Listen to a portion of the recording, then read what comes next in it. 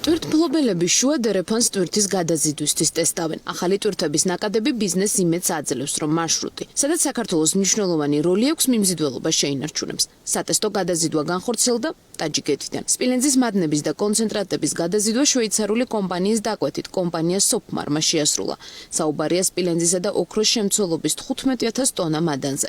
სოფმარის დამფუძნებელი ამბობს, რომ ამ რაოდენობის ტვირთის გადაზიდვა ტაჯიკეთიდან საქართველოს გავლით პირველად მოხდა.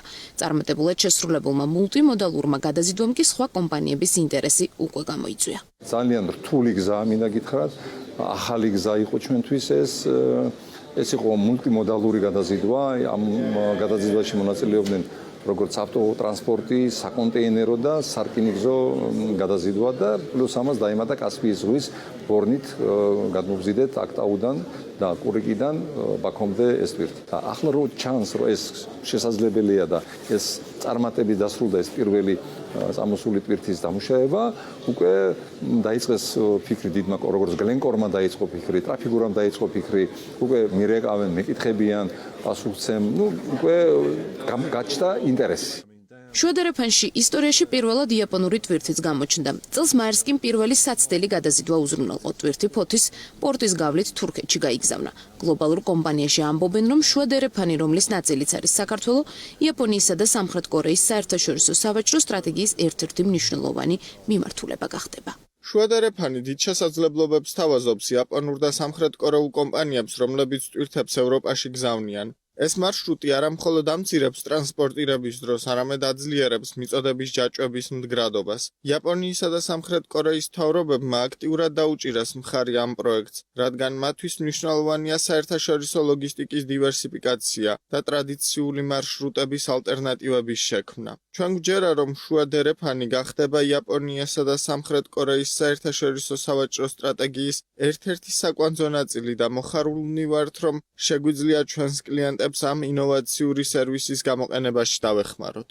განახლებული სარკინიგზო ხაზის მეშვეობით გასულ კვირას ფოთის პორტმა ყაზახეთიდან საზღვაო ხაზის კოსკოს პირველი სრული ბლოკ-მატარებელიც მიიღო. ტვირთი ევროპაში გაიგზავნა. იმისთვის, რომ შუა დერეფნის ლოგისტიკური ჯაჭვი განვითარდეს, საპორტო ინფრასტრუქტურასთან ერთად აუცილებელია რკინიგზის მოდერნიზებაც. ნულოვანი ემისიის ვალდებულების გათვალისწინებით ბიზნესის სამომავლოდ საზღვაო გადაზიდვის გაძვირებას ელოდება, რაც სარკინიგზო გადაზიდვებზე მოთხოვნას გაზრდის. სწორედ ამიტომ კერძო სექტორში თვლიან, რომ მზარდი მოთხოვნისთვის მზადება ქვეყანამ დროულად უნდა დაიწყოს.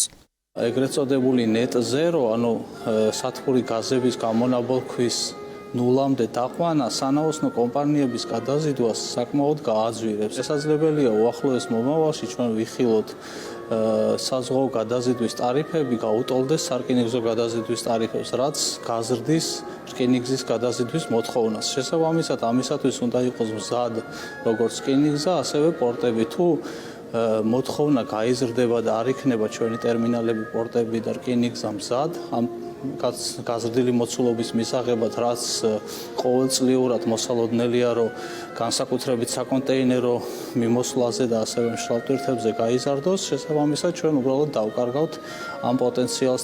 ტვირთების ეფექტიან მომსახურებაზე იმსჯელეს შავი ზღვის პორტებისა და გადაზიდვების მეხუთე საერთაშორისო კონფერენციაზე. ბულგარეთში მდებარე ბურგასის პორტის წარმომადგენელი ამბობს, რომ შუა დერეფნის ლოგისტიკური ჯაჭვის გაუმჯობესებაზე მუშაობა უნდა გააქტიურდეს. ვიმედოვნებ APM ტერმინალსის გაფართოების გეგმები სისრულეში მოვა და შესაძლოა 3-5 წელიწადში გვექნება დიდი ზომის ხომალდების პირდაპირი კავშირები ფოთსა და ბურგას შორის. დამატებით, გარდა ღრმაწყლოვანი ნავსადგურისა საჭიროა კარგი საპორტო ინფრასტრუქტურა და BMF პორტ ბურგასი ინვესტიციას დებს სარკინიგზო ინფრასტრუქტურაში, ავითარებს და ზრდის სარკინიგზო ინფრასტრუქტურას პორტში, რაც ტვირთის სწრაფ ბრუნვას უზრუნველყოფს. ბურგასი და ფოთი შუა დერეფნის მთავარი რგოლებია. ისინი აკავშირებენ ევროპას აზიასთან ფოთის გავლით. ჩვენ უნდა გავაგრძელოთ მუშაობა იმისთვის, რომ გავაუმჯობესოთ ლოგისტიკური ჯაჭვი. ევროკავშირის საქართველოს ბიზნეს საბჭოს წარმომადგენლები ინფრასტრუქტურის განვითარების მიღმა საუბრობენ საკანონმდებლო ბაზის დახვეწის საჭიროებაზეც. მათი შეფასებით ბოლო პერიოდში მნიშვნელოვანი როლი შეიძინა საბორნე გადაზიდვებმა, თუმცა აუცილებელი ადგილზე ოპერაციები გადამზიდველებისთვის მეტად გამარტივდეს. აქცენტი შეიძლება გაკეთდეს ერთ-ერთ მიმართულებას ვახსენებ თქვენის ნებართვით საბორნე მიმოსვლა, რაც არის ძალიან პერსპექტიული, ვინაიდან პრაქტიკულად შავი ზღვა გვევლინება როგორც ხიდი ევროკავშირის ქვეყნებთან და ძალიან საინტერესო და სასიხარულოა, რომ ამ მიმართულებით უკვე 3 კომპანია ოპერირებს. ამ კუთხითაც შეიძლება იყოს გარკვეულ პოტენციურ ინვესტორებზე საუბარი და ასევე იმ ცვლილებებზე, რომელმაც შეიძლება მნიშვნელოვნად დააჩქაროს ეს გადაზიდვები, მათ შორის სწრაფი დაცლა საბორნე მიმოსვლის პროცესში.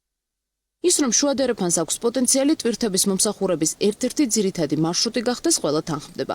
თუმცა ასევე ყველასთვის ცხადია, რომ მიმზიდველობის შესანარჩუნებლად დერეფნის ყველა მონაწილის აქტიური და სინქრონული მუშაობაა საჭირო.